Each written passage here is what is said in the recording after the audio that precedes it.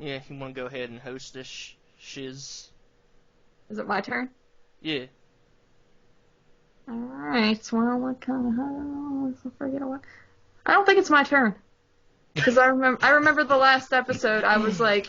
I went to, like, intro it, and I said, wait a minute, is that how I intro it? Remember that? Yes, but I figured I did, like, the first 3 in a row. I hate being the show host. I do too.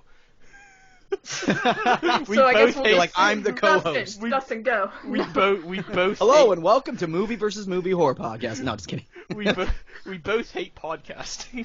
That is so awesome. Spoiler alert: we don't want to be here at all. Oh my god, that brightens my soul.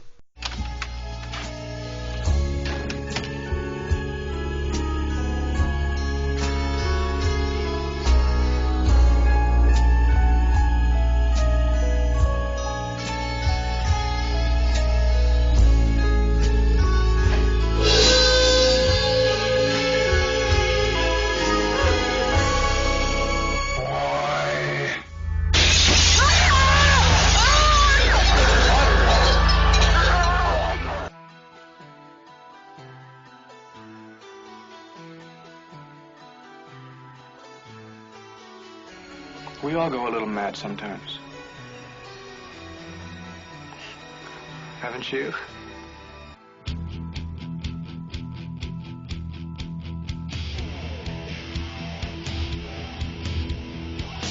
They could be anybody's. Nobody trusts anybody now. We're all very tired.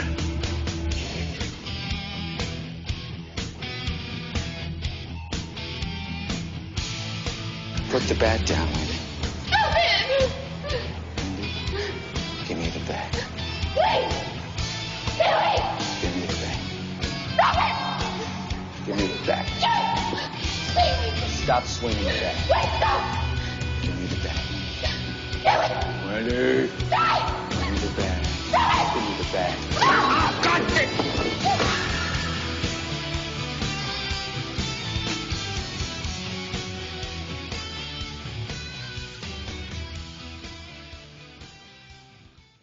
What's up, guys? It is Carly here, bringing you episode number 6 of the Movie versus Movie Horror Podcast. 5.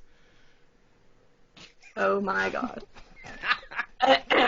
Sorry, guys, I had to clear my throat here. I meant 5. I think it kind of came out sounding 6-ish, but like, that was just kind of Satan overpowering me. But anyway, yeah, we are back with episode 5 of the Movie versus Movie Horror Podcast here, and as always, I am joined by my lovely, lovely co-host, Austin Schwarrier. How are you doing tonight, Austin? I am doing just fantastic. Of course, you have to specify I am the co-host, right? Well, we're both technically like co-hosts to each other. I figure, Yeah. like we kind of bounce off each other. I think that's what we agreed upon. Yeah. Maybe, like you know what I'm saying. All right, so that's great. Things are going great. And we actually have, for the first time on the Movie versus Movie Horror Podcast, Our a special. illustrious 5-episode history. Yes. This is big, guys. This is big. We actually have a special guest, and that would be the legendary Mr. Watson from the Horror Corridor Podcast. So, how the heck are you doing, Watson, or Dustin, whichever you prefer? Watson will be fine. Thank you very much, Carly, or Cowrie, whichever you prefer. Well. Oh, right, yeah. And Austin, you know what's funny, Austin, is our names are only one letter apart, but they don't rhyme. Exactly. Isn't that kind of messed up? Yeah. That's I a little often think about, especially because I call JP Justin, I think like Justin, Austin, and Dustin. They're all like the same name pretty much. Yeah. But yeah, Austin is kind of like, it's not really the same, but it It's looks that the same. vowel. It's that vowel that's starting things up and messing up the whole rhyme scheme here. And nobody in my life calls me by my first name. It's very funny. Like they all call me Watson, or some who have been around in my life longer call me like just D. And so, but usually anytime I hear Dustin, I'm like, who's that? That's my name. But they mean me. Okay. Yeah. That's what's up. Well, I'm happy to be here on. Yes, that's right, because I do listen to the show, and I mean that, as you know, and I am very happy to be your first guest. I'm looking forward to the 2 movies we have before us. It's going to be fantastic, and I think that the choices were splendid as well, because they're both movies that feature serial killers as your central character who kind of just do whatever they want and act with impunity, and that's, good theme, folks. All right, and there we go. There's the comparison. End of show, guys. No. Yes, guys, tonight we are doing a serial killer type theme here. But honestly, I would say, spoiler, I would say these movies are very, very much different in a way, but they're also comparable just based on, the killing aspects, I suppose. But the central atmosphere and just way the stories kind of play out, I feel like are pretty different, but we will certainly get into that. If you did not see by the title, we are doing Henry, Portrait of a Serial Killer, 1986, as well as American Psycho from the year 2000. So, should be a pretty fun time here. A killer good time. Oh! Zing! Oh, man. So, I'm here all night, folks. Yeah, I mean, it's probably the best joke that's been told on this podcast so far, so... Oh, God. Honestly. Sorry about that. Sorry I didn't drink more alcohol before I came on here. Or any. All right. So have you guys seen anything interesting or done anything cool lately? I watched, as you know, Carly, I watched a movie yesterday. You know what I'm talking about, right? I do, yes. I hear it was quite the 10 out of 10. Yeah, something like that. So, I was just browsing the webs, looking for a 2019 movie to watch, and I happened to come across a movie. I can't remember the full title of it. It was Amityville Mount Misery Road. Okay? It's from 2019. And I saw this, I was like, wow, this is an unofficial Amityville movie. These are always just, splendid. So I messaged Carly about it. I was like, listen, do you dare me to watch this? And she did, so I watched it, and, just like the rest of them, it's pretty fucking god-awful. It is, I thought the movie I talked about on I talked about it on last episode, Night. I think you watched that too, Carly. Yes, very, very good, yeah. I thought for sure that was going to be the worst movie I watched this year, and this one honestly just blows that one away. It is to date the worst movie I've ever seen in my life. No way. Wow. I don't want to get too fucking far into this because I'll just start ranting on and on about it, but yeah, let's just say there's some editing in it that consists of, cutting to a character before they're about to deliver their dialogue, and it'll be about 5 seconds of them just standing there in silence before they deliver their lines because they forgot to. The editing is so fucking horrendous in it. That's awesome. Yeah, holy crap, it's great. And I know the story, of course, has nothing to do with Amityville, just like all the other, fake Amityville movies, which is just kind of wonder why the fuck where they get the idea to put the name Amityville on it. I know it's public domain, so you can just kind of slap the name on there, but since the movie has nothing to do with it, it just makes no sense. But it was like a half found footage, half reality type movie, but it was all shot on the same really shitty low budget camera, so you couldn't tell. It's really hard to tell the difference. And one thing that I didn't even tell you, Carly, when I was telling you about it is there's scenes where it'll show the point of view of the character as if they're holding the camera, and I'm pretty sure it's meant to be they're holding the camera. Then it'll cut back to them and they're not holding the camera. it's like it's crazy. Yeah, it was. I think the dialogue was like totally improv, and it's just fucking. It's the worst dialogue I ever heard in my life. Like the main blonde bitch in this movie is just most of her lines consist of "Ooh, that was spooky," or something like that. Like it's that bad. And Sounds riveting. Yeah. It probably was pretty spooky, though, to be fair. It wasn't. And she's like, I can't wait to go. She had like a fucking weird accent. I can't remember where she was from. She's like, I can't wait to go hunt the ghost tomorrow. I'm just like, oh my god, please end me. But yeah, the story also consists of them going to investigate this really haunted road in these woods, which is, you know, a real place. But yeah, apparently there were ghosts, demons, hellhounds, and the fucking Mothman hangs out there. So I guess every single paranormal, you know, creature just hangs out in these woods. I wouldn't be surprised if the fucking Loch Ness Monster somehow found his way into the woods. Yeah, but it was just ridiculous. Ironically, before I'd watched this, the worst movie I'd ever watched was called The Anvil Haunting, which is another. I don't know if that's actually part of the series or not, but it's another found footage Amityville movie. That one actually takes place in the house itself, well, a shitty looking version of the house. But yeah, this one topped it. It was, I know I say watch it because I don't believe you'll, you know, quite grasp how bad it is unless you watch it for yourself. So, you know. Go ahead. Well, I completely believe you, considering Night was pretty much everything you said plus more. So, I mean, I don't think I need to watch this one. Yes. But agreed. Yeah, that sounds fun. That sounds fun. Yeah, it was Thus, Watson, I mean, have you seen anything interesting lately? Well, Carly, I have. I just rewatched Suspiria 2018.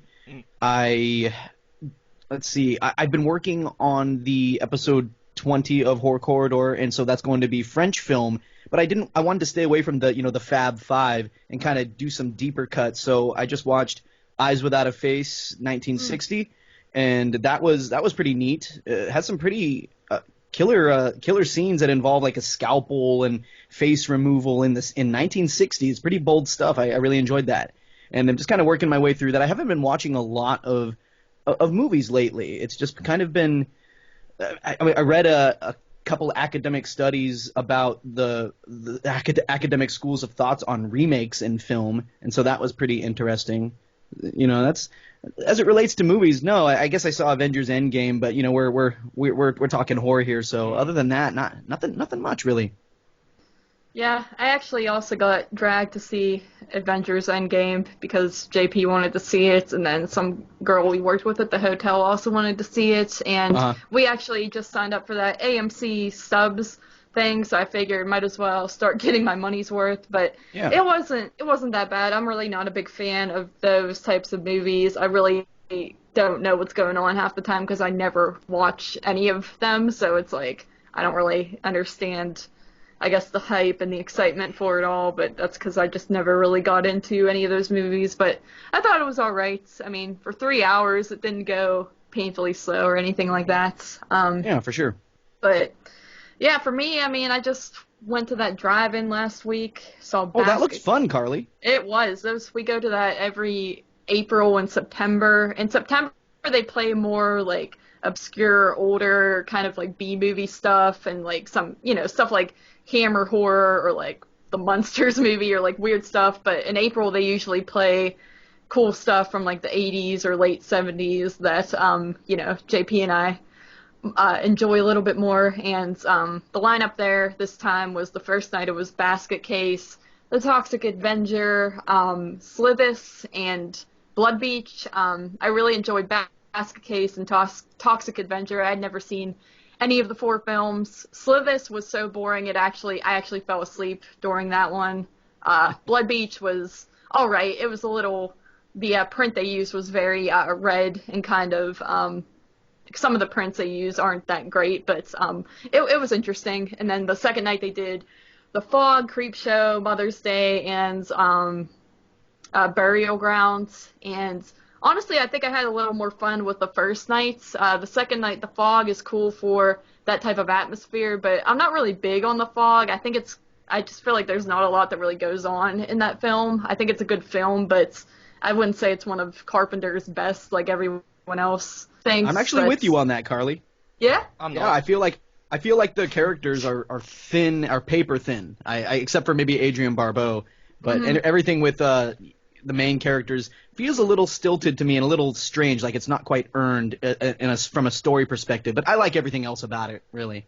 But Yeah, I'm not hating, but Yeah, me neither. Like, I think it's cool. I like the atmosphere. I never really cared for the parts with, like, what's her name, Nancy Loomis and Janet Leigh. Like, I don't really like that's Nancy good Loomis. acting right there. Oh my gosh, you should listen, like go back and watch Nancy Loomis's acting at those scenes, and it's just like, whoa, honey, this wasn't the table reading. They're filming the movie. They're doing this. She's pretty much the same character that she is in Halloween. But yeah, it's a good movie though. I still give it like an 8 out of 10. But Oh sure, it must have been a blast to see on the big screen too, though. Yeah, it was. We were trying to watch the whole thing outside, but it got completely freezing out, and then it started raining, so we got in the car for that one, and then stayed in the car the rest of the night. But Creepshow was pretty cool to watch. I mean, that's a longer one, so the night was pretty long just because for that one alone. And then Mother's Day, that's where I actually kind of started getting comfortable, and I actually fell asleep through a lot of that, which is unfortunate because that was kind of the one. I had never seen it before, and I kind of wanted to check it out, but I feel like I would have to rewatch that one. And then Burial Ground, I actually enjoyed that one as well, honestly. I'm not huge on zombie, weird freaking movies like that, but I kind of liked it. I liked how creepy and gross the zombies looked and just the weird stuff that goes on with the child. Yes, that's the mother-son relationship in that movie. There's a dynamic there that I rather enjoyed. Mm-hmm. Yes. Austin's like, no, trash. Trash is too generous for that movie. But yeah, that was, all in all, that was probably the best time that I've had at that thing, and that was the first time we stayed for all the movies, and we stayed at a hotel out there, so we didn't, because a lot of times we just drive all the way back home, which is a pain, because it's an hour plus drive, and then we go back the next night, which is just stupid, so it was a pretty good time, so. Other than that, I haven't really watched a lot of notable things, I wouldn't say. But, anywho, you guys want to get into the main event? Let's do it. Plural. Events? I mean, it's kind of like a main event, because it's like... I guess. I see know what I again. mean? Yes. Yeah. Yeah. Thank you for agreeing and not making me not arguing that. Yeah. Anyway. I'm reading. So first...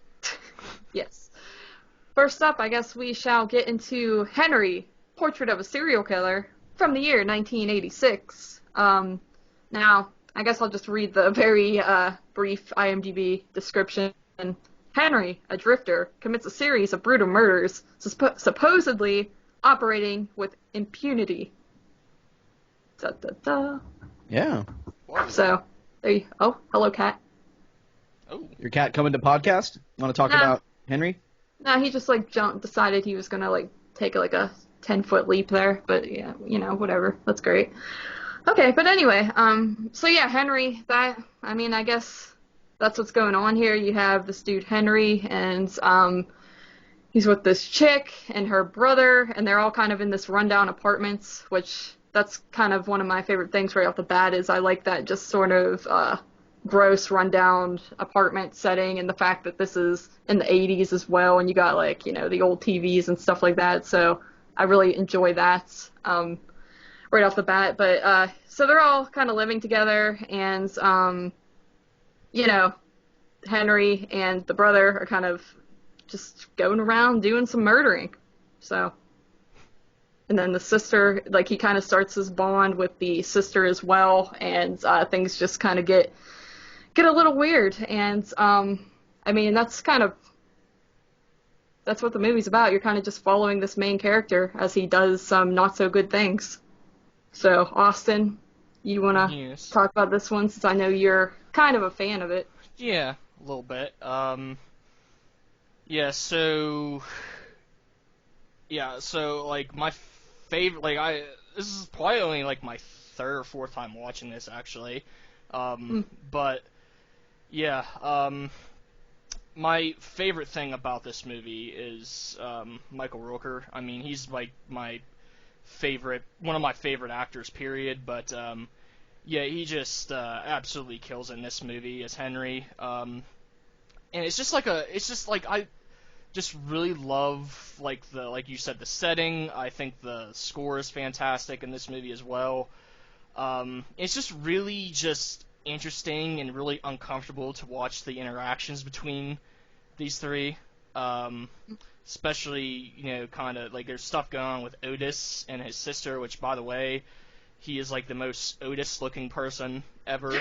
Like he looks like an Otis. You just look at him and you're like, yep, he's Otis. There's no doubt about it. Honestly, have you ever seen someone named Otis that doesn't look like that?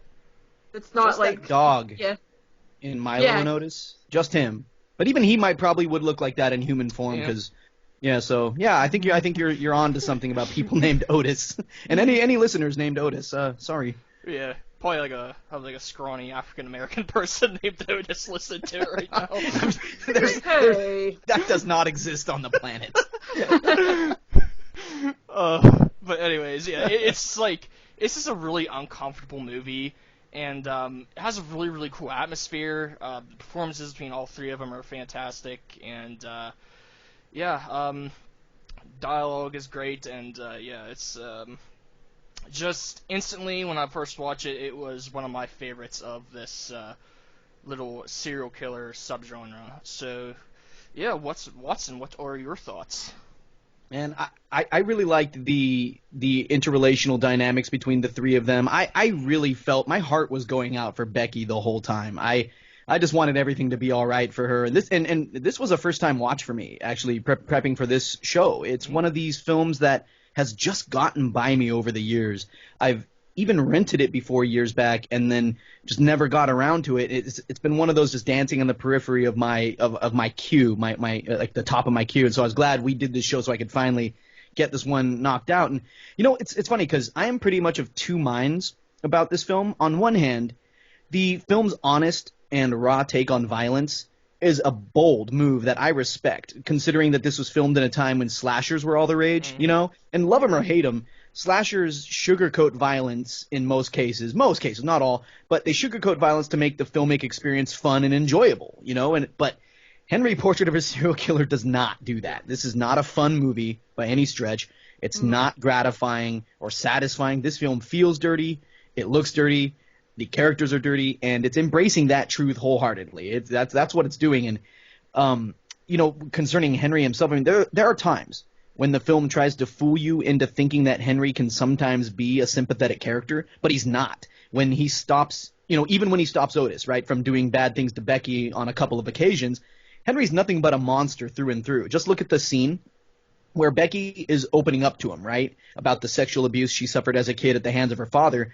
You think there's this connection happening as she's relating her experiences. You think there's this connection going down, but then Henry opens his mouth and you realize he either didn't hear or care about a word she said, because he says something. Remember, he says something like, "Oh, you didn't get along with your father then, your daddy then," and it's like, she kind of said she didn't, and then he goes on about his experiences. It felt so separate, like they felt so separate from one another. He had nothing to give, and this film does this with the character of Henry, and considering who Henry Lee Lucas was in real life, I'm glad the filmmakers weren't asking us viewers to like him, because Henry Lee Lucas was a piece of human garbage. And to that end, while I do like this film, I find it an odd choice for the filmmakers to present Henry Lee Lucas' story as they did. It's not supposed to be like a factual account of what Henry actually did. They wanted it to be more of a look into the fantasy world, the fantasy life that Henry Lee Lucas felt he lived in. And that's because the dude was a damn liar, and this story would, be a better one than, if they told the truth. And so, while I think this movie is damn good, great in certain aspects even, I said I was of two minds on this, so here's the second part of that. No, the long-ass explanation. Cut in whenever you homies want. But I'm also of the mind that when we're dealing with biopics, there's a sort of dance that takes place, between truth and entertainment. We run into that all the time in the genre. And it's like, do we want to see our central character sexually abusing Becky, who was actually, in real life, a 12-year-old girl and Otis's niece, not sister. And, Henry Lee Lucas sexually abused her when she was, 12. That's what really went down. Or do we want to see him preventing sexual abuse of a grown woman? I mean, is he a hero in the moment? But then, he kills her at the end anyway, which is true to real life also. So he's just this monster, even when he's doing what I guess we would perceive as a good thing. And so, I don't know. I don't need a biopic to tell me the truth, the whole truth, and, nothing but the truth to enjoy the movie or to see it as a good film. Mm-hmm. Hell, documentaries, you guys and listeners, documentaries outright lie, and those claim to be the truth. The deal with serial killer biopics, though, I think for me, is that when you're playing around with monsters like Henry Lee Lucas was, a man who has destroyed lives with murder, rape, and all that jazz, the families of his victims are out there right now, going to their day jobs, raising kids, eating dinner, checking their mail, going about their lives while this scumbag is getting glorified on screen. And I've studied serial killers in college, and while they're interesting in that they're like a psychological outlier as far as the human experience goes, they don't fascinate me. Serial killers don't fascinate me beyond that clinical lens. Like, if I were making a movie about literally any serial killer, there'd be all these scenes of them, like, blowing horses and having sex with goats.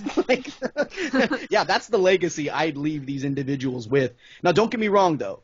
I'm not saying movies like this shouldn't be made, and I happen to think this is a great film on its own merit, and that's how I'm rating it. Just thought, I'd get my 2 cents out there because even though this was a first-time watch for me, I've known about who Henry Lee Lucas was for years. And it's a terrible thing to say, but the world is better for his passing back in 2001, good riddance. Yeah. Yeah, I mean, I could see that. I mean, like, I honestly didn't know anything about Henry Lee Lucas. I knew this film was based off of, him, obviously, but I didn't know anything of his story, really, so never really took that into account. And that's good. That's actually good, too, because you're able to rate, and that's how I'm rating the movie, on its own merit, not what, because, I knew who the character of Becky was. Her real name was Frida, and she was like a little girl. And I think when he killed her, she was like 15, and they were kind of doing a lot more wandering. But, this is supposed to be, I guess, more of a portrait of how Henry Lee Lucas saw himself. Mm-hmm. And so, which is an odd choice. To go with a film about somebody who was real and who did really bad things to real people. But that said, my rating isn't like, Becky's actually a 12-year-old girl. Look, I don't want to see a scene where he's like, sexually assaulting a 12-year-old girl and she still sticks around because she can't go anywhere and then bonds with him. I don't need to see that. I'm fine just knowing that's how it went down in real life. But speaking to the good aspects of this film, like, what about how he gets that guitar in the beginning? Mm-hmm. It's just so – it's not spoken. We don't see the death, but we see the hitchhiker girl hop in his car with a guitar, and then we see Henry walking in his apartment with a guitar. We know where he got that thing, And then the suitcase at the very end, we see him driving alone, and it was like, hey, where's Becky? And then he just drops a bloody suitcase off on the side of the road and drives off, and we don't see it, but the film is doing a great job, like, showing us without telling us. Yep. And I think that's a fantastic filmic method, I think. What say you folks? Yeah, I mean, like, that ending, I was just like, holy crap. Like, and it's just the way he does it. It's so heartless. It's like he's just throwing out some garbage or something like that and then drives off. It's a very, very cold ending. That's interesting that this is your first time watch because it was my first time watch as well. And I actually, unlike you, I really didn't know anything about Henry either. For the longest time, I thought this movie was just completely just a made-up serial killer type of thing. I didn't even realize this was based on Henry Lee Lucas. So that shows you just how much I really knew about it. So I kind of went in not knowing anything as well. But nice. And it's also a good point to bring up how this was made in 1986, and that was during the cheesy slasher era. And then you get this movie about it's also kind of in a way a slasher-y type movie, but it's just the scenes are so eerie, like the beginning scenes when you're seeing all these dead people, all these dead women, and it's just the freaking ominous music and the screams and it's probably some of the creepiest like visuals mixed with music that I've ever seen really on screen, and I think they do a good job with that. And yeah, that scene where he's kind of just talking to Becky at the table is probably one of my favorites as well, just because Mine too. the way the dialogue is delivered, and the way you said, like, she tells this big spiel, this horrible spiel about her life, and then he's just like, oh, okay, and then he's like, she's like asking if he murdered his mama, and then like he says, yeah, I shot her or something, and she's like, I thought you said you stabbed her. And Stabbed her, yeah. He was like, oh, yeah, you're right. Yeah, that's what I did. I'm just like, oh, that right there would make me, I mean, the fact that he killed his mom would also make me, like, not want to be fucking with him, but she was fascinated by that. She was fascinated by that, probably because she probably was wishing she could have killed Daddy for what was going on, and probably even Mommy for kind of turning a blind eye to her abuse, and of course then he gives his story in that scene about, and that part's true. And about, because Henry Lee Lucas was a big liar. He was like always just lying about what he did. At one point, he even told the Texas Rangers he killed like 3,000 people, and they only were able to pin 11 on him. But people think it could be dozens more. They're like either thinking it could be anywhere from like 2 to 40 people that he actually killed. And so it's kind of weird. He got convicted for 11, but just even in that scene, he told Otis about, like, he did it with a baseball bat. So he's just lying like crazy, even though he did it in real life. He actually stabbed her in the throat with a knife. And of course that's not speaking to the rating or how I see this film, but Carly, that scene and just like how he's giving nothing back. It's such a weird conversation. I'm glad you appreciated that scene. Yeah, and I've actually met people like that in real life who it's like you feel like you're just talking to a wall when you talk to them, and it's kind of annoying. But yeah, in this case, it's like sad because this Becky character is really trying to think she has this sort of bond with him, and she just really wants to connect with someone, and then you got this dude who's just, you could tell it's not going to end well by the end probably. Yeah, right. But yeah, overall this was a pretty awesome first time watch. I mean, definitely a depressing movie all the way through, just with the general atmosphere and sort of just the rundown type of feel throughout, and the just content and stuff that you're dealing with the characters. It's pretty downer type of movie, so it's one that I definitely want to give a rewatch to, but probably not anytime soon. I would like to maybe pick it up on Blu-ray or something just to own it, because it's definitely one that I would go back to. But yeah, definitely a downer of a movie, and I enjoyed it for what it was. Hells yeah. Yeah, I mean, kind of going back to what you were first saying, Watson, I don't necessarily think they really painted Henry as anything else but, a heartless killer by the end of the movie. Yep. So the whole thing with Otis being the one sexually, assaulting his sister in this movie instead of what actually happened, I don't think it makes that much of a difference in the grand scheme of things, because he's still painted in a very negative light by the end of the movie. I mean, I'm completely with you there. I think it's just funny how the film will give you scenes like that, and you're just like, oh, he did a good thing, and then take it right back. So I'm right there with you, because he's a monster, and they want you to know that, and every time they try to fool you into thinking like, oh, okay, well, he's listening to her. Wow, he's really connecting. Oh, no, he's not. Oh, he just helped her, with this Otis thing. Gosh, he got hurt. He did some killing. Wow, they're gonna go off and they're gonna, maybe go have a normal life. Oh, no, that suitcase is bloody and now it's on the side of the road. And so yeah, I'm right there with you. Maybe I wasn't. I should have been a little clearer, but yeah, I'm completely there with you, buddy. Yeah, it's just like, it is really interesting to try to pinpoint where, like, what exactly is going through his mind through this movie, because like you say, he does defend her a couple times, because Otis is a fucking weirdo in this movie, and yeah, he is. He was a male prostitute in real life, really? Which I would have liked to see some scenes with literally any male prostitute named Otis getting down to work. What do you say, Carly? Oh yeah, good old Otis. Yeah, that's what when I'm looking up my porn at the end of the night, that's exactly what I type in. She actually took points off the movie because it didn't have that in it. Yeah, I got. She's gonna be hopping on the sites and just type Otis in the search bar. Yeah, that's it. Just keyword Otis. Don't do that. I have a feeling something. You won't like what you see if you search Otis. I'll tell you that. Can one of the listeners do that and then report back to us? I'm not doing that. No. Yeah, you'll give your computer a virus probably just by doing that. Yeah, just go to one of the general sites, folks. Like somebody do it, and then just type in Otis in the search bar of whichever hub or tube you're trying to go to, and then just tell us what in a nice text description what you found. That'd be pretty interesting. Yeah. I'll get in on that thread. Believe me. Yeah, no images, Yeah. No images. Just, No, Yeah, I we said got text. I said text. Yeah. Oh, All right. God. So, are there any other thoughts about the movie?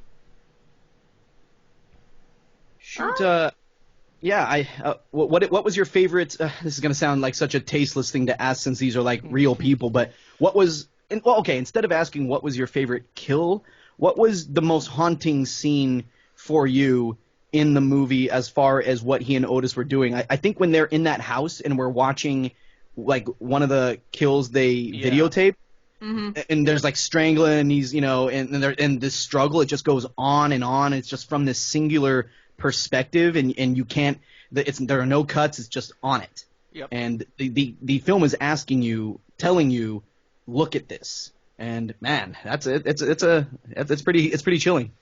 Yeah, I would say that one would be it for me too. Like when they're sitting there watching that tape and fucking Otis keeps rewinding it and stuff like that. Just pretty messed up stuff. Yeah, and like, I guess, I don't know if this would really count as that, but like, just as a disturbing scene, kind of, the ending where Otis, Henry, and Becky, they're kind of in that fight with each other, and then she stabs him in the eyeball. I was just really disturbed by that, because I hate scenes like that, and I was like, ew, this just got really bloody and gross, and that those types of scenes always bother me. Oh, nice. Okay, really. You don't like eye trauma? I do not like eye trauma. Oh, No. okay. Hey, you learn something about your buddies every day. Yeah. I'm just like, even if he lives, his eye's just like poked out. Henry Lee Lucas actually did lose an eye as a kid. It was like Really? in a fight. Yeah, and it got infected, and he lost an eye. So I think he might have had a glass eye, I think, going through life. Yeah, he must have. That's weird. That's interesting, I mean. Carly, don't you have a glass eye? I do not. Oh. Austin, you told me Carly had a glass eye. I don't believe those words have ever come out of my mouth. Excuse me? No, maybe that wasn't Austin telling me that about Carly. I think that was no one saying that about anybody. Yeah. Sorry about that. Sorry for the That's- confusion. Henry, Portrait of a Serial Killer, anybody? Yeah, it's alright. It's an alright film, yeah. Oh, you guys. Alright, so, I mean, if that's all you guys have to say, I guess we will move on to the next review here, which will be American Psycho for 2000. And once again, I'm just going to read the good old IMDb plot. A wealthy New York City investment banking executive, Patrick Bateman, hides his alternate psychopathic ego from his coworkers and friends as he delves deeper into his violent fantasies. Stumbled upon. I tripped up. I knew when I read this at first that there was a word in here that I wouldn't be able to pronounce, and then I forgot about it and read it anyway. So I'm looked like an going idiot. into But IMDb and looking that word up. yeah. But yeah, so American Psycho, you're pretty much just following Patrick Bateman, and I feel like unlike with Henry, this movie really does just kind of follow Patrick Bateman and his entire life. I feel like it's more kind of focused on him, where the other movie, you're kind of focused on all three characters at some points. This one is mainly him as well, and then just kind of shows the people he associates with. And you pretty much get all this, just dialogue of him talking in the background throughout the whole movie. So it really is just an entire character study on this guy. He's kind of just like a typical young yuppie. I believe he's like 27 years old or something like that. And, he just lives this very basic life of just some rich young guy. He believes in taking care of himself, and him and his coworkers all just live this fancy life where they're going out to eat all the time. But then deep down, this Patrick Bateman fella has these sort of psychotic urges, and he kind of just lives this double life of sorts, or so you think. So What are your guys' thoughts on this one? I can't believe you prefer Mr. Watson's business card to mine. Oh my god. Yeah, okay, so this is, again, probably like a third time watch for me. See, like, this, like, I've always, liked this a fair amount. Like, I've always been pretty entertained by this one. But it usually takes me a couple watch to truly, like, get the film and, like, kind of, like, dive deeper into it, because the first time I'm just kind of try to, like, enjoy it, and the second time I try to, look for things, and usually by the third or fourth watch I start picking up on things that I missed before, because, like, the first couple times I watched this movie, like, I'm really just trying to, try to figure out the ending, basically. Is he actually, committing these murders or not? But yeah, I mean, this time watching it, I definitely picked up on a lot of the kind of hidden meanings in this movie with a bunch of the scenes. Like, before, I'd always just thought, like, that, scene I just referenced, the business card scene. I always just thought that was just kind of a goofy, kind of ridiculous scene, but yeah, it definitely it just kind of goes along now with, like, the rest of the meaning behind the rest of the movie, about these people just being obsessed with having the best things, and even, like, the most ridiculous things, like a business card, even though they look pretty much all the same. Patrick Bateman's character, or Patrick Batman. Oh man, oh man. That's a good one. That was great. That was good. But yeah, his character just being obsessed with his appearance. Like you said, he's just, we start off the film basically with him putting on all these different shampoos, moisturizers, and face masks and all this stuff, and yeah, it's just, I definitely got a new appreciation for this movie. I definitely, appreciate it more than I did before. So, yeah, plus there's just some really hilarious scenes, and freaking Christian Bale. And this might be his best performance of his career. He's fantastic in this. Oh, yeah, absolutely. I was gonna... Just with how you said with the business cards, one of my favorite lines in this movie is when he's in that other dude's apartment, and he's like, the first thing I notice is his apartment is way nicer and more expensive looking than mine. He's, like, devastated. So yeah, definitely some great lines in this, and overall I kind of just find it's, compared to Henry, I think both movies are entertaining, but I feel like this one is more, I guess you could say, fun. I mean, for one thing, it's, this isn't, like, based off a real killer or anything like this, like that, so it's kind of missing that overly depressing and dark vibe to it, but it's still dark in a way, because you're dealing with this just weirdo guy who is just unlike anyone you've ever really seen before, just the way he talks and acts, and then these just hidden things that he's doing, and so it's definitely dark in that, but it's also feels more along the lines of black comedy almost, with just, I mean, the dialogue is ridiculous. I was telling Watson that's, like, the first time I saw this, I really couldn't get into it that much until halfway through it. I just thought it was really weird, like the shower scene and just all the stuff he's talking about. I just couldn't really get it behind it, and then halfway through I started to really like it, and this is actually only my second watch, and I enjoyed it a lot more this time. I would definitely like to revisit this one probably more often than I would with Henry, just because I find it to be a little more fun of a watch and interesting of a watch, but I also feel like some of the scenes are actually kind of creepy and scary in this movie, especially that famous, chainsaw, naked bloody chainsaw scene, so Yeah. It definitely is a horror movie, but it just has that quirkiness to it that you really don't get in other films. So, like I said, Christian Bale, he's just fantastic in the role.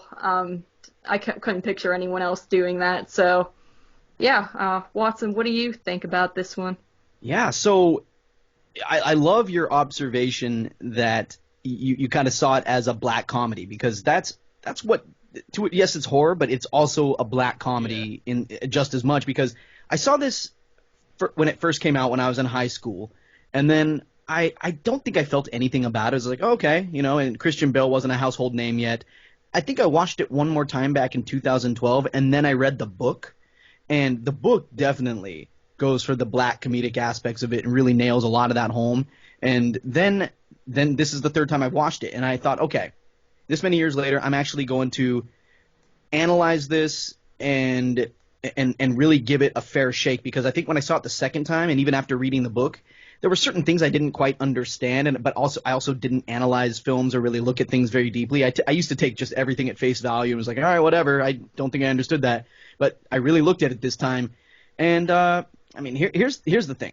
The big question, I think, is, like, do you think Patrick Bateman really killed all those people, or do you think it's all in his head? And I'm going to make the case after this watch of it that while Bateman is a delusional person and has hallucinated certain things, I'm saying that he truly killed all these people. And furthermore, I am postulating that the fact that he really is indeed a serial killer works better to drive home the themes of the film than having it merely be in his imagination. So I've got some notes here. So here's the deal. Before I say anything that I think personally, we got to go right to the director of the film herself on this one, Mary Harron, or Harron, I think it's Harron. I'll link you to my source. I'll throw the source up on your page maybe later if you'd like. And this source I'm citing here is an interview that Ms. Harron did with journalist Charlie Rose on his show. It was this panel discussion of the film, and even Christian Bale was there along with Bret Easton Ellis, who wrote the novel. So in this interview, Ms. Harron, the director, states, "Everyone keeps coming out of the film thinking that it's all a dream, and I never intended that.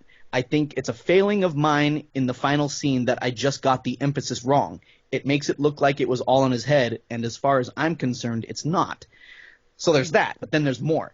The screenwriter of the film, Guinevere Turner, did an interview with Yahoo Movies years back, for which I've also got a link if all y'all gangsters want. And here's a little excerpt from that piece that reinforces what Mary Harron said on Charlie Rose. In the article, this little section of the article reads, "Another decision made early on by Turner and Harron was that all the violence in the film should actually be happening rather than taking place in Patrick Bateman's head." And then it quotes her. "We failed on that one," Turner says bluntly. "When I meet people who know that I wrote this movie, the first thing they ask is, was it real or not? That ambiguity, while unintentional, has turned out to be one of the movie's most enduring talking points. That people argue about the ending of the movie, that they still have that burning question. Thanks to that, we totally win," says Turner. "We succeeded because they care, although we failed in our objective." Like that. So she even goes on to say later, and I'll just paraphrase it. She's even like, so like everything Bateman is doing is really happening, but as the film plays out, he's losing his mind. So when we're seeing events through his eyes, they're things that are happening, but they're probably not as cool and as attractive as he thinks they are in his head. So, like, we are seeing him. So, yeah, with all that in mind, let's talk about the events of the film. I do think he hallucinates, which the filmmakers make clear. Think of that scene at the ATM where it tells him to feed it a stray cat, and he almost does, and the shootout with the cops.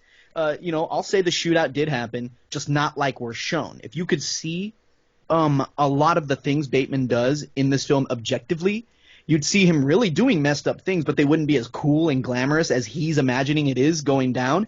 So, yeah, that's just one of the things I couldn't believe that the filmmakers were actually like, shoot, we never intended there to be a debate about this. And that surprised me, because this was the first watch that I thought it's been in his head the other two times I saw this. And so, because even the book, I didn't feel it was clear. At least it wasn't to me. I still felt like he's an unreliable narrator, because sometimes in the book he'll go from he'll go into third person and then go into first person again. It's like, what are you doing, Bateman? But I'm going to highlight 3 scenes here, and I want your opinion on this. So besides the more deliberately hallucinatory parts of the film, there are 3 scenes that I think a lot of people look at as proof that Bateman is imagining everything. And these 3 scenes all revolve around the mystery of whether Batman killed the Joker. Mm-hmm. Yes. And then talk to the Green Goblin about it. No, so yeah. But it all is about the mystery of what happened to Paul Allen, the character Jared Leto plays. But I'm going to say these prove he did kill Paul Allen. So here are the 3 scenes, and I'll just kind of like highlight them quickly and, jump in if you're like, oh, okay, you remember that or you're tracking with me. So the first is when our detective character comes in, Green Goblin, and lets Batman off the hook because apparently somehow Bateman has been given an alibi for the night of Paul Allen's disappearance. So at this point in the film, we've already seen Allen's death, but here in the film we're being led to believe, that it's all a misunderstanding and that he's actually alive and well. So Paul Allen really wasn't killed and Bateman's just an unreliable narrator, right? But here's what's up. One of this film's most prominent motifs is mistaken identity. Yes. It's the idea that absolutely none of these Pierce and Pierce snobby Wall Street assholes know who one another are, nor do they care. Like, they don't care. People are being called by different names through the whole movie. Alan thinks Bateman is Halberstrom or something like that, while the real Halberstrom, who claims that he was having dinner with Bateman the night of Alan's disappearance, legit has no idea who Bateman is, or probably who Alan is. So, he's probably calling some other dude Bateman the whole night. So, think of that opening scene where Bateman and his colleagues are in that swanky place, and they don't even know who the real Paul Allen or Reed Robinson are. They're just like, oh, that's him. No, that's him. Oh, no, that's him. And if they're all wrong. None of the people in this film care about anyone else at all, and that's doing nothing but helping Bateman just keep on killing. So there's that scene. The second one is that's reinforced, so this reinforces that. It's second scene of the 3 is the scene with the lawyer, Carnes, at the very end. And this is after Batman leaves the message for him, confessing everything. But then Bateman gets there, and this damn lawyer has no idea who he even is. He keeps calling him Davis, asking about his girl Cynthia. These elites do not care who they're talking to at all. And so when Carnes is like, okay, Davis, funny phone call there, but Bateman's a dork and wouldn't do shit like that, it all shows you how – not how unreliable Bateman is, but how unreliable this lawyer Carnes is. When he later says, hey, no, I had dinner with Alan twice in London just 10 days ago, so he's fine. And Bateman, it's not Bateman who's crazy in this scene, but this lawyer who's stupid and can't keep the names of his clients straight. Plus, we already know in an earlier scene with, I think the Green Goblin, that Alan, the Joker, was mistakenly identified in London by someone else entirely. So whoever Carnes had dinner with in London was someone he just thought was Alan, meaning that because of all these mistakes, this apathy that's going on in the world of the film, Bateman totally murdered the hell out of Alan and nobody gives a shit. And then the last scene, and has to do with Alan's apartment. So Bateman stashed all those bodies there, and suddenly they're all gone. And some real estate ladies happily selling the place, getting it ready. This makes a lot of people think that Bateman's delusional in this regard, and that's what I've always thought until I really looked at it and thought, okay, here's the deal. This apartment overlooks Central Park and is one of the more pricey apartments on the market in the largest city, in our country, or this huge city. The owners likely want to get someone in that place fast so they can get back to making a hell of a lot of money on it. So rather than getting cops involved, I'm guessing they took care of the mess Bateman left there, got the place squared away, ready for new tenants, and that's that. This take on that scene and the fact that Bateman really is a murderer reinforces one of the main themes of the film that's all about the fact that in this society, people will turn a blind eye to the evils of the world because they only care about their own world and the things in it, how you dress, like Carly was saying, what you read, where you dine, where you get your haircut, what music you listen to, what business card you have. And sorry that you liked mine better than his, because Austin's color, it made me sweat. It was such a good color. Where you shop, who you know, all that stuff. So when your entire identity is made up of nothing but these things, people cease to matter. That's why no one cares to get anyone's names and identities right in this film. It's also why no one gives a damn when they're called by the wrong name. These things don't matter. People do not matter. It's all about status and materialism. And that's why Bateman, truly being a psycho, is the best reading of this film for me, because it's like he's killed all these people and it doesn't matter. It's nihilistic and I love it. So I know that was a long spiel. I had to go over my bullet points here, but it's the first time I've ever analyzed this film, and it was a really exciting watch this time around. So thanks for choosing this one. Now I could be wrong, but that's just my reading of it, and I dig it. I don't know. Yeah, Oh, it's quite crazy because literally you took all of the words from my mouth. If you weren't if you weren't guessing on this episode, I probably would have been saying all that in a very less clear manner, but I would have tried to get my point across. But yeah, that's kind of what I appreciate more about it this time, is because just the stuff I didn't pick up, with them just turning a blind eye, like the scene where he's having dinner with Jared Leto, and he's like just saying, like basically telling him that he's a psychopath, and Jared Leto's just like, oh, that's a nice spray tan, or Exactly. like, it doesn't matter. Yeah, exactly. Or the scene after he kills Jared Leto and has his body stuffed in a bag and is stuffed in the back of the trunk, and people are just like, oh, where'd you get that bag at? Like, it's again, like, it's exactly what Mr. Watson was talking about. It's amazing. But yeah, I am right with you. I am under the impression that he did kill all these people. The only thing I did think he hallucinated, like you said, was the ATM scene and kind of the shootout scene because the fucking cars Yeah, they blow up. Stuff like that. Yeah, He's looking at his gun like, yeah. like, so I'm guessing he probably did shoot at some cop cars, but it's like, or even the threesome scene where, where it's all, it's all cool. We got Phil Collins on the radio and stuff like that. To him, it's looking cool, and he's this badass. I bet if like we stepped in, like, could look through a peephole, all Norman Bates style, it looks stupid and clumsy and dumb. Like it's happening, but it sucks. Like, yeah, I mean that you blew my mind, Watson. I mean, that's a good like the whole just point of how no one knows who everyone is because no one cares. Well, that's the first time I ever saw that in the film. Mm-hmm. So yeah, this was my first time where I'm like, hey, that's not his name. And reading the book, it was more clearer. But this time was the first time I noticed it was like, no one cares. And then you talking about it as a black comedy, it's totally that. Like, just when Austin said about the bag in the trunk or the spray tan, that's hilarious. Mm-hmm. Like. Yeah, like, I mean, because I used to be I never really knew what to think. I mean, that ending always kind of tripped me up where the guy says, oh, well, I just had dinner with Paul Allen, so he's fine. Like, you didn't do anything. This is a big joke. And I was always like, oh, so I always kind of felt like maybe he killed, like, I always believed he killed those girls in the room, but then I thought, like, the whole shootout scene is just so ridiculous, and then that guy at the end saying that, I thought maybe he actually did kill people, but then some of them he just kind of lost his mind and thought he killed people, and then he thinks, like, oh, he's doing such a good job that he's just going unnoticed, which I forget what the exact last line is, but he says something like that, like, I am unnoticed, or I forget, it's something like eerie like that, so yeah. I really never knew what to think, but that's just such a great thing to point out, is that everyone pretty much looks the same, they all have the same stupid haircuts, and they all dress the same, and it's just to the point where no one is unique in this film. They all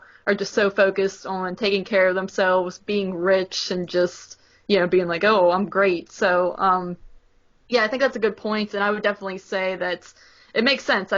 Now I'm totally convinced that he did probably commit all those crimes, which is definitely eerie and definitely fitting with that character, and it makes the ending, just as all the more creepy that he truly is just going unnoticed in this world. Like, oh, I'm just going to kill 10 people today, and no one's going to care or notice because they're so oblivious to life. And that's why, for me, him actually doing it drives the themes home better. Because if it's all in his head, yeah, you get the themes that, okay, we got the decadence of the 80s Wall Street scene, these elites, this Pearson Pierce company, and, just it's a sucky world, so this guy's going crazy, being driven crazy from that lifestyle. Okay, that's a fine reading of the film. And if somebody had that reading, I'd be like, hey, more power too. But if he's actually doing the killing, it reinforces the comedy. It reinforces like everything about the film, that none of it matters. Like, you can go ahead and go do all this stuff, and it doesn't matter because people are interchangeable. Like Carly, you were getting at, they all have the same haircuts, dressed the same, the cards. That's why it doesn't matter what their names are. Like, they're all interchangeable. It doesn't matter, and that's what's kind of so darkly funny about this movie, is nothing matters. And I love it. Like that's my first time actually analyzing this, because when you told me which films we were doing, I was excited to see Henry, Portrait of a Serial Killer, but I was like, oh man, I don't know if I want to see American Psycho for the third time. But I was like, all right, let me just dig into this one and actually look at it. And I was like, holy shit, there's something here. Hold on, now I'm getting my computer out, taking notes. I'm just like, oh, was not expecting this. Like, so hell yeah. Yeah, it's like I said, it's one I definitely want to rewatch in the future, time and time again, because I had a lot more fun with it this time, and I just think it's so interesting and unique of a film. I mean, you get plenty of like character study films, of course, but just the way this one's done, and Christian Bale, his performance, it's just something very different and special that I really like about it. So yeah, I had a pretty good time with this one, I will say. Nice. So, you guys got anything else up on it? I'm spent. Yeah, I think we pretty much got everything across. Yeah, all right. So, shall we go into the rating portion? Yes. I think Alright. we should do this like one movie at a time for this, so we can add them up. Yeah. Easier, because I'm gonna have the trusty. Wait, I was gonna say I was gonna have the trusty calculator up, but my phone doesn't have a calculator. Jesus Christ. Oh my god. Phone doesn't have a calculator. Your phone is trash. It doesn't have any good emojis. It has nothing. Yeah, it is disappointing. That's great. Carly, you. I got this. I got this Okay. because I got the iPhone, you know. Oh. All right, I so got the iPhone. so it's true. I'm tired of people like talk all this shit on iPhones, but it's like then you're over there with your Android and it's lagging and you have no calculators and just your whole life is a mess. So I just don't get the issue. Whatever. Anyway, so who's going first here? I'll go first. All right, go for it. Should I start with Henry? Yeah, since we did that one first. Okay. So my rating for Henry is an 8.5 out of 10. I really enjoyed it. I think if I watch it again, it could probably go up. And it was as far as gritty horror films go, films that want to confront you with the less glamorous side of serial killers and their ways, you can't go wrong with this one. It's not, like I said earlier, it's not a delightful watch by any means, but damn, is it ever a good watch. So 8.5 out of 10. Nice. Nice. All right. Austin. Okay, so Henry. Like I said, this has always been, one of my favorites in the subgenre. I have to say, I might not have enjoyed this as much as I previously have, but I still very much enjoyed it. I give it a 9.25 out of 10. I really, really love this movie. It's kind of has like a Maniac vibe going to it, like with the grittiness and like the rundown apartment and all that. But yeah, really, really good stuff.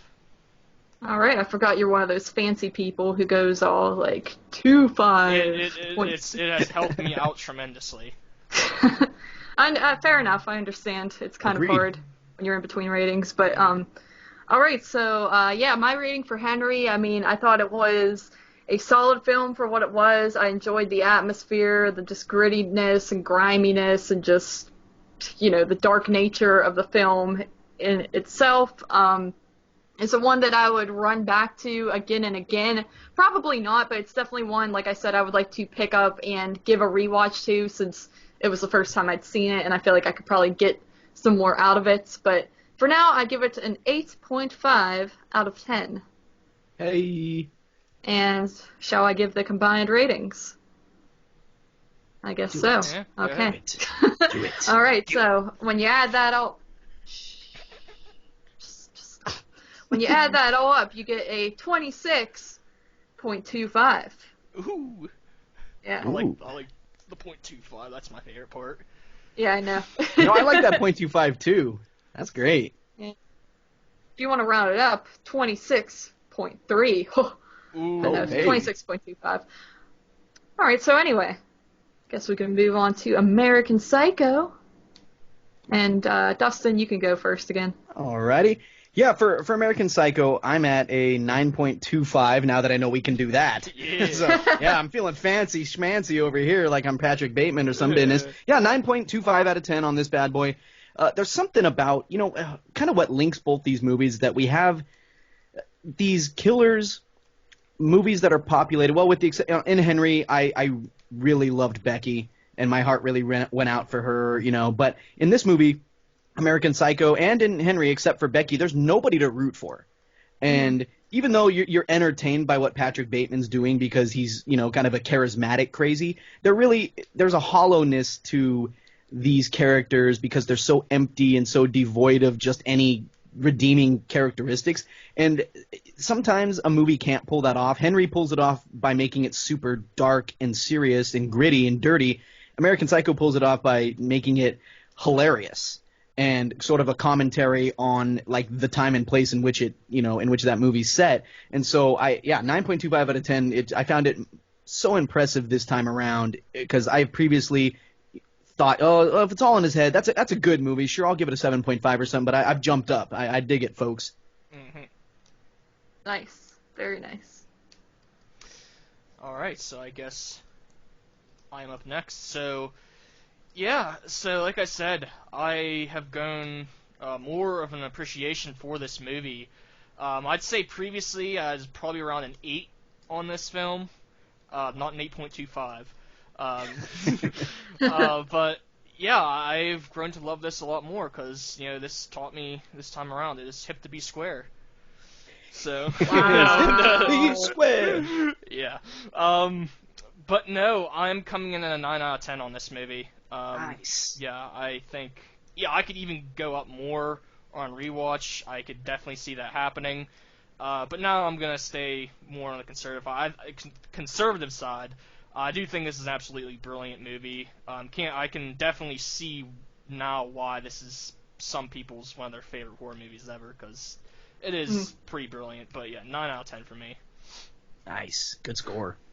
Yeah, I mean, this one, I had a lot of fun with it. Some more fun than the first time I watched it. But even back the first time I watched it, I really ended up enjoying it. But yeah, this time around, I really liked it. I feel like I got more out of it. And yeah, it's just a fun movie that also has a lot of dark elements and underlying things going on in it. And like I said, it's just one of those unique films that definitely has a lot of rewatchability and a lot of things you can take out of it. So I am with Austin. I also gave it a 9 out of 10.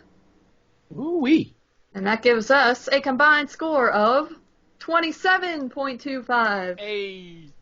So, Hey. yeah, American Psycho wins. Yes, which I will say, in the polls we put up in both our group page and Mr. Watson's group page, I don't know the exact numbers, but I know American Psycho won by quite a bit, which doesn't really surprise me. I think I think definitely more people have seen it, and objectively, I would say it's probably a better film than Henry, But yeah, they're very different, like I said, in atmosphere in general, so I could see why people would definitely probably go with American Psycho just for the little bit of more fun aspect to it.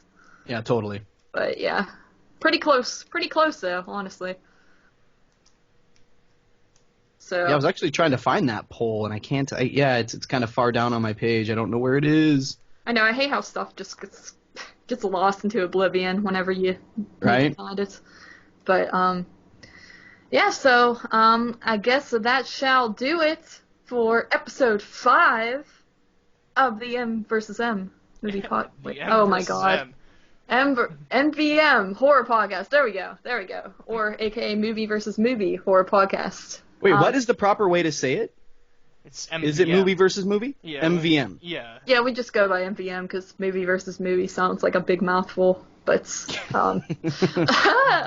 anyway, right. So yeah. M.V.M. Yes, that'll do it.